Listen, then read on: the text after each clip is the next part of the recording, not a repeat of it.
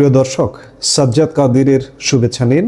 এই মুহূর্তে আপনাদের সামনে কথা বলতে এসে মাস্টার প্ল্যান নাকি রাজনৈতিক সমঝোতা, অন্তর্বর্তী সরকারের উপদেষ্টারা কি বিএনপির মন্ত্রী হচ্ছেন?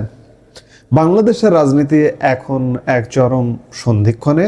নির্বাচন শেষ হয়েছে, এখন চলছে বিজয়ীদের উল্লাস আর নতুন সরকার গঠনের তোড়জোড়। কিন্তু এই আনন্দ আর ব্যস্ততার আড়ালে সাধারণ মানুষের মনে ঘুরপাক খাচ্ছে কিছু গুরুত্বপূর্ণ প্রশ্ন।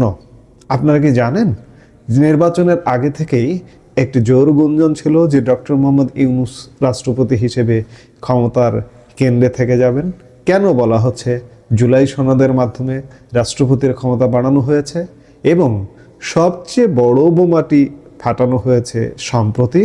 শোনা যাচ্ছে ডক্টর ইউনূস সরকারের সবচেয়ে সমালোচিত ও বিতর্কিত কয়েকজন উপদেষ্টা নাকি তারেক রহমানের আসন্ন মন্ত্রিসভায় ঠাঁই পেতে যাচ্ছেন। এটা কি নিছক গুঞ্জন নাকি কোনো আন্তর্জাতিক মাস্টার প্ল্যানের অংশ? নিরঙ্কুশ সংখ্যাগরিষ্ঠতা নিয়ে আসা বিএনপি কি এমন ভুল করবে যা তাদের নেতাকর্মীরা মেনে নেবে না?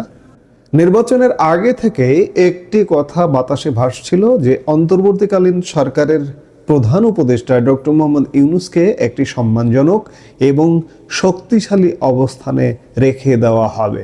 রাজনৈতিক বিশ্লেষকদের অনেকেই মনে করেন বাংলাদেশের রাজনৈতিক স্থিতিশীলতা এবং আন্তর্জাতিক বিশ্বের সাথে সুসম্পর্ক বজায় রাখতে ডক্টর ইউনূসের মতো একজন ব্যক্তিত্বের উপস্থিতি প্রয়োজন। কারা এটি মনে করেন? যারা ডক্টর ইউনূসপন্থী, ডক্টর ইউনূসের হাজার ভুলেও যাদের ভুল চোখে পড়ে না, তারা এগুলো মনে করেন। প্রশ্ন উঠছে যে জুলাই সনদ নিয়ে বলা হচ্ছে এই সনদের মাধ্যমে রাষ্ট্রপতির ক্ষমতাকে আইনি প্রক্রিয়ায় অনেকটা বাড়ানো হয়েছে। কেন এই পরিবর্তন? সংসদীয় গণতন্ত্রে রাষ্ট্রপতি সাধারণত একটি আলংকারিক পদ, কিন্তু বিশেষ পরিস্থিতিতে রাষ্ট্রপতি যেন সেফগার্ড হিসেবে কাজ করতে পারেন সেই ব্যবস্থা করা।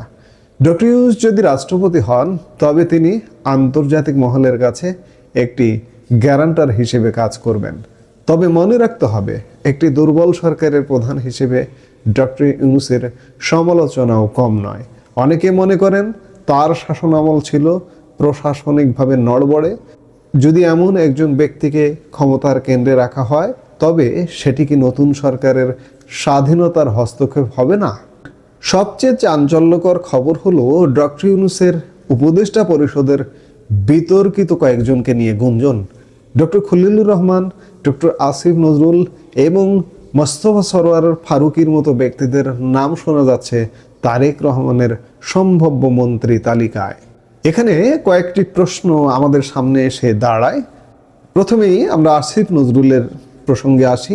তিনি আইন উপদেষ্টা হিসেবে ব্যাপক আলোচিত সমালোচিত ছিলেন।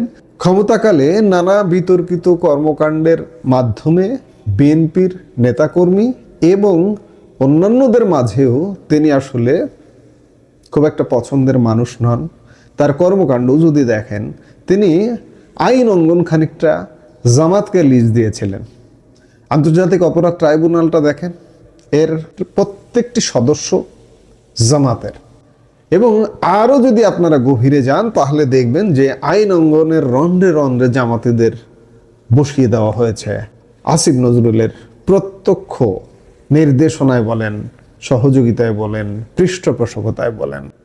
অন্যদিকে মোস্তফা সরোয়ার ফারুকীর নিয়োগ নিয়ে খোদ অন্তর্বর্তী সরকারের সময়েও কম বিতর্ক হয়নি। এমনকি বিএনপির পক্ষ থেকেও ফারুকীর নিয়োগ নিয়ে প্রশ্ন উঠেছিল, তাকে কেন বিএনপি গ্রহণ করবে? কিংবা খলিলুর রহমানকে নিয়েও কম জল ঘোলা হয়নি। মিয়ানমারে মানবিক করিডোর থেকে শুরু করে বিভিন্ন তার বিতর্কিত চলাফেরায় বাংলাদেশের মানুষের মনে দারুণ বিতর্কের সৃষ্টি করেছিল। এমনকি বিএনপির মধ্যেও বিতর্ক সৃষ্টি করবার কথা। তবে আলোচনা আছে যে তারেক রহমানের সাথে ডক্টর ইউনূস সরকারের যোগাযোগের সেতু বন্ধনটি রচনা করেছিলেন খলিলুর রহমান, এবং খলিলুর রহমানের বিএনপির সাথে এক ধরনের নেগোসিয়েশন থেকে থাকতে পারে, যার দরুন খলিলুর রহমান হয়তো আশা করছেন তিনি মন্ত্রী পরিষদে না হলেও তারেক রহমানের প্রধানমন্ত্রীর উপদেষ্টা হিসেবে প্রধানমন্ত্রীর কার্যালয়ে থেকে যাবেন এমন আশা করছেন। প্রশ্ন হলো বিএনপি কি এই ভুল করবে? বাস্তবতা হলো যেভাবেই হোক একটি নির্বাচন হয়েছে, বিএনপি এখন সেই নির্বাচনে নিরঙ্কুশ সংখ্যাগরিষ্ঠ দল। তাদের হাতে নিজস্ব যোগ্য নেতার অভাব নেই, যারা 17 বছর ধরে রাজপথে রক্ত দিয়েছেন, জেল খেটেছেন। তারা কি ডক্টর ইউনূস সরকারের ব্যর্থ উপদেষ্টাদের নিজ দলে মন্ত্রিসভায় মেনে নেবেন? সাধারণত কোনো দল যখন বিপুল ভোটে জিতে আসে তখন তারা বাইরের টেকনোক্র্যাট কোটায় কাউকে নিতে চাইলে সাধারণত খুব দক্ষ এবং অবিতর্কিত কাউকে খোঁজে। সেই জায়গায় বিতর্কিতদের স্থান দেওয়া কি তারেক রহমানের জন্য রাজনৈতিক পরাজয় বা ভুলচাল হবে না? অনেকে বলছেন এটি বাংলাদেশের অভ্যন্তরীণ রাজনীতি নয়, বরং একটি বড় মাস্টার প্ল্যানের অংশ। কেন এমনটা মনে করা হচ্ছে? পশ্চিমা বিশ্ব বা উন্নয়ন সহযোগীরা হয়তো চায় এমন কিছু মুখ মন্ত্রিসভায় থাকুক যারা তাদের সাথে সরাসরি যোগাযোগে স্বাচ্ছন্দ্য বোধ করেন। ডক্টর ইউনূসের টিমের কিছু সদস্যকে রেখে দেওয়ার মাধ্যমে একটি কন্টিনিউটি বজায় রাখার চেষ্টা হতে পারে। কিন্তু একটি কথাই স্পষ্ট, বাংলাদেশের মানুষ এখন অনেক সচেতন। যদি তারেক রহমান বা বিএনপি এমন কোনো সিদ্ধান্ত নেয় যা জন আকাঙ্ক্ষার বাইরে, তবে তা দলের জন্য দীর্ঘমেয়াদী ক্ষতি ডেকে আনতে পারে। ভোটাররা বিএনপিকে ভোট দিয়েছে পরিবর্তনের আশায়, আগের সরকারের কোনো অবশিষ্টাংশকে দেখার জন্য নয়। বাস্তবতা হলো ডক্টর ইউনূস সরকারকে অনেকে বাংলাদেশের ইতিহাসে অন্যতম দুর্বল সরকার হিসেবে চিহ্নিত করেন। দ্রব্যমূল্য নিয়ন্ত্রণ থেকে শুরু করে আইন শৃঙ্খলা অনেক ক্ষেত্রেই এই সরকার ধুঁকছিল।